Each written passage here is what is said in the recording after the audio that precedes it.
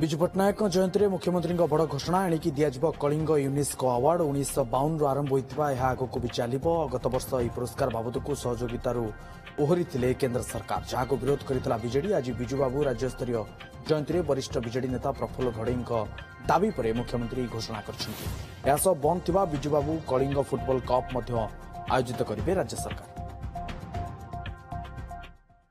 Kalinga UNESCO पुरस्कार 40 लाख टंका मूल्य जार आपको 52 मसीह प्रचलन करते ओडिया जातिर सम्मान पृथ्वी श्रेष्ठ वैज्ञानिक मानू ये पुरस्कार दि जाऊला एवं भी दि जाऊँगी।